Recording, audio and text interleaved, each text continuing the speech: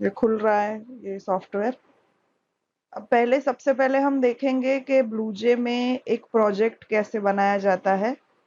जैसे कोई भी आप सॉफ्टवेयर लेते हो तो उसमें आप फाइल बनाते हो। आपको जो भी काम करना है वो आप एक फाइल में काम करते हो। यहाँ पे हम क्या करेंगे, हम यहाँ पे प्रोजेक्ट बनाते हैं और एक प्रोजेक्ट के अंदर फिर हम जितने भी चाहे क्लास बना सकते हैं। क्लास यानी एक फाइल समझ सकते हैं हम क्लास को। तो प्रोजेक्ट, न्यू प्रोजेक्ट। अब यहाँ पे आप प्रोजेक्ट का नाम दे दीजिए जो भी आपको नाम रखना है। ओके, अब ये लोकेशन आप चूज कर सकते हो कि आप ये प्रोजेक्ट कहाँ रखना चाहते हो। अगर आप सी ड्राइव में रखना चाहते हो तो वो है, बाकी जितने भी ड्राइव आपके सिस्टम में है वहां से आप चूज कर सकते हो। मैं यहाँ पे सी ड्राइव में ही इसको रखने वाली हूँ तो मैंने ये ओके बटन दबा दिया है। तो ये हो गया है प्रोजेक्ट रेडी। अब देख सकते हैं कि ये डेमो प्रोजेक्ट का नाम जो मैंने दिया है वो यहाँ पे दिख रहा है। ये ब्लैंक प्रोजेक्ट है। ब्लैंक प्रोजेक्ट है मतलब इसमें सिर्फ एक ये फाइल है जिसका नाम है readme.txt। अब ये फाइल आपको कब यूज करनी है, जब आप अपने प्रोजेक्ट का title, purpose of the project, ये सब इंफॉर्मेशन आप फिल करके आप किसी को ये प्रोजेक्ट सबमिट करना चाहते हो तो ये फाइल आपको तब काम आएगी। ठीक है, अब मैं इस फाइल को बंद कर रही हूँ और हम एक नया क्लास बनाते हैं। आपको ब्लूजे में, जावा में जो भी लिखना है तो आपको एक क्लास बना के उसमें लिखना पड़ता है। Class is a very basic thing in Java. तो वो हम बाद में देखेंगे क्लास क्या होता है, ऑब्जेक्ट क्या होता है, पर सबसे पहले कैसे क्लास बनाते हैं। तो ये आपका क्लास है, ये बॉक्स खुल गया है। अब इसमें मुझे क्लास का नाम लिखना है। तो मैंने क्लास का नाम वेलकम दिया है क्योंकि ये हमारा पहला क्लास है तो मैंने उसको वेलकम नाम दिया है। अब यहाँ पे ये सारे ऑप्शंस आपको मिल रहे हैं। क्लास लैंग्वेज में आपको जावा ही सिलेक्ट रखना है, स्ट्राइड नहीं चूज करना है क्योंकि हम कोर जावा का क्लास बना रहे हैं अभी। यहाँ पे भी बहुत सारे ऑप्शंस हैं, class, abstract class, interface, unit test, enum. पर इसमें से भी आपको सिर्फ क्लास ही चूज करना है जो बाय डिफॉल्ट ऑलरेडी सिलेक्टेड है। तो आप सिर्फ एक ओके बटन प्रेस कर दीजिए और ये आपका क्लास बन गया है। अभी इस क्लास पे ये जो स्ट्राइप्स दिख रही है, ये जो स्लैंटिंग लाइंस है, वो इसलिए है क्योंकि हमने क्लास को कंपाइल नहीं किया है अब तक। तो देखते हैं कि इस क्लास में क्या है। ये पूरा बना बनाया हुआ क्लास है जो जावा ने आपको दिया है। क्योंकि आपको ये अभी समझ में नहीं आएगा क्योंकि आप पहली बार प्रोग्राम लिख रहे हो, तो मैं क्या करूंगी, मैं ये सब कोड डिलीट कर दूंगी और मैं अपना कोड लिखने वाली हूँ यहाँ पर।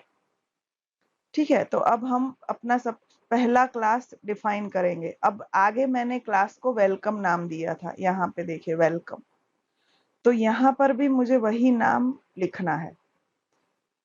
जावा में हम एक रूल फॉलो करते हैं कि क्लास का नाम हम हमेशा कैपिटल लेटर से शुरू करते हैं। अगर आप ऐसा नहीं करते हो तो कोई एरर नहीं आएगी, पर अगर आपके क्लास का नाम कैपिटल से शुरू होता है तो वो बेटर है। और अगर क्लास के नाम में 2 वर्ड्स हैं, जैसे हेलो, वेलकम, ऐसा कुछ है, तो दोनों वर्ड्स का पहला लेटर कैपिटल होना चाहिए। अब हम इसमें एक मेन फंक्शन बनाएंगे, उसका सिंटेक्स है ये हमारा पहला फंक्शन होता है जो हम किसी भी क्लास में बनाते हैं। Main function is the first function that is called whenever you execute a Java program। यहाँ पे आप string args ऐसा लिख सकते हैं। इसको लिखेंगे तो आपका, जब हम ये प्रोग्राम रन करेंगे तो हमें कुछ वैल्यू यहाँ पे पास करना पड़ेगा, पर क्योंकि मैं ऐसा कोई वैल्यू अभी नहीं देना चाहती हूँ तो मैं ये नहीं लिखने वाली हूँ।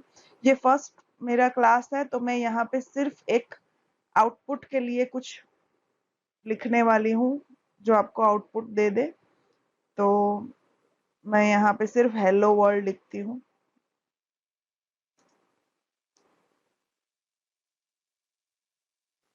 ठीक है, तो अब मैंने ये क्लास बना दिया है। अब क्या करेंगे, अब हम इसे कंपाइल करेंगे। यहाँ पे कंपाइल बटन है, कंपाइल पे क्लिक करेंगे आप। तो अगर आपके क्लास में कोई एरर नहीं है, आपके प्रोग्राम में कोई एरर नहीं है, तो आपको यहाँ ये मैसेज मिलेगा, class compiled, no syntax errors. कोई सिंटेक्स एरर नहीं है अभी आपके क्लास में, तो क्लास कंपाइल हो गया है। अब जब आप इसको मिनिमाइज करके यहाँ देखोगे तो वो जो स्ट्राइप्स थे इस पे वो चले गए हैं। इसका मतलब ये है कि आपका क्लास कंपाइल हो चुका है। तो अब कंपाइल होने के बाद हमें आउटपुट नहीं दिखता है क्योंकि हमने क्लास को सिर्फ कंपाइल किया है, हमने इसको रन नहीं किया है। तो इसको रन करने के लिए, एग्जीक्यूट करने के लिए मुझे इस क्लास के सिंबल के ऊपर राइट क्लिक करना है। अब इसमें मुझे बहुत सारे ऑप्शंस यहाँ नजर आ रहे हैं। उसमें से सबसे पहले है न्यू वेलकम। इस चीज को यूज करके मैं एक ऑब्जेक्ट बना सकती हूँ इस क्लास का। पर अभी क्योंकि मेरे पास मेन फंक्शन ऑलरेडी है और मैंने डिफाइन कर दिया है, तो अभी मैं मेन फंक्शन कॉल कर रही हूँ। देखते हैं इसको क्लिक करते करते ही क्या होता है। जब मैंने इसको कॉल किया है मेन फंक्शन को, तो मुझे इस तरह से टर्मिनल विंडो दिख रहा है। ये आउटपुट विंडो है। ब्लूजे में आउटपुट आपको इस तरह से दिखता है और हेलो वर्ल्ड प्रिंट हुआ है क्योंकि मैंने यहाँ पर इस क्लास में इस system.out.println फंक्शन के अंदर हेलो वर्ल्ड प्रिंट किया था। तो ये हमारा पहला प्रोग्राम है। ठीक है, इस तरह से आप प्रोग्राम बना सकते हो। जो भी आपको प्रिंट करना है आउटपुट विंडो पे वो आप यहाँ लिख सकते हो। आप ऐसे 2-3 स्टेटमेंट भी बना सकते हैं।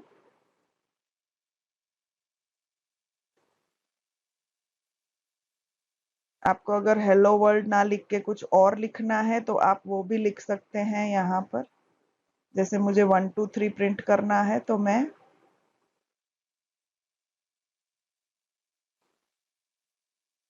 ऐसे में 1 2 3 प्रिंट कर सकती हूँ। कंपाइल करेंगे और मेन फंक्शन को कॉल करेंगे। तो अभी आउटपुट हो गया 1 2 3। ये जो आउटपुट है ये वो पहला प्रोग्राम है उसका है।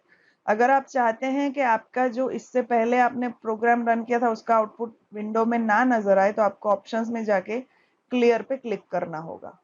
अब जब आप इसको कॉल करोगे, प्रोग्राम को, क्लास को रन करोगे, तो आपको सिर्फ उसी प्रोग्राम का आउटपुट दिखेगा जो आपने रन किया है। ठीक है, तो ये हमारा पहला प्रोग्राम है जो हमने बनाया है, पहला क्लास है। अब कई बार क्या होता है कि आपका प्रोग्राम कंपाइल नहीं होता है। तो क्यों कंपाइल नहीं हो रहा है program? Java is a very strongly type language. Java is a case sensitive language.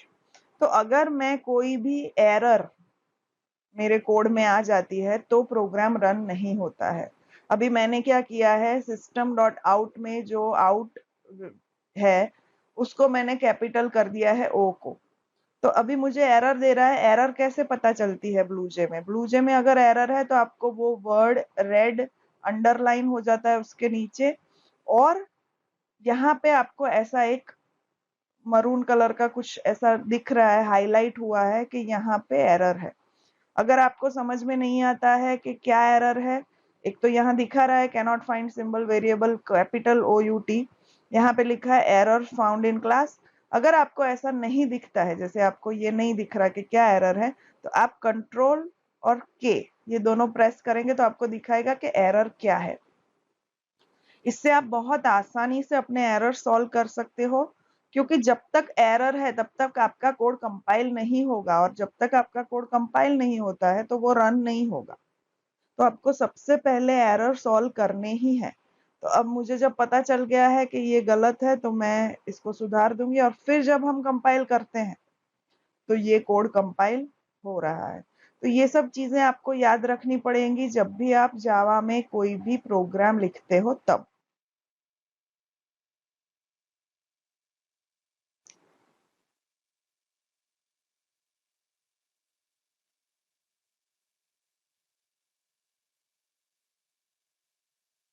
अब मैं आपको दिखाती हूँ कि जावा में एक क्लास जो मैंने बनाया है उसका ऑब्जेक्ट हम कैसे बनाते हैं।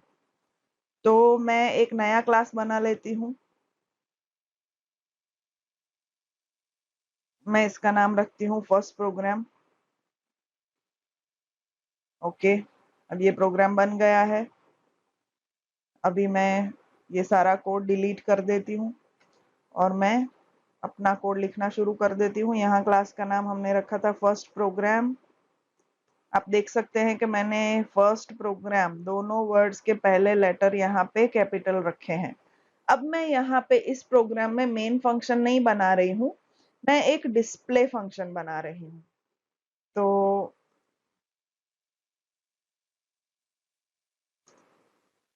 आपको समझ में आ जाएगा ये प्रोग्राम जब मैं रन करूंगी कि मेन फंक्शन और बाकी का कोई भी फंक्शन जो हम बनाते हैं उसमें क्या फर्क होता है। मैं कोड इसमें अलग नहीं लिखूंगी, कोड में वही लिखने वाली हूं जो मैंने पहले लिखा था, हेलो वर्ल्ड।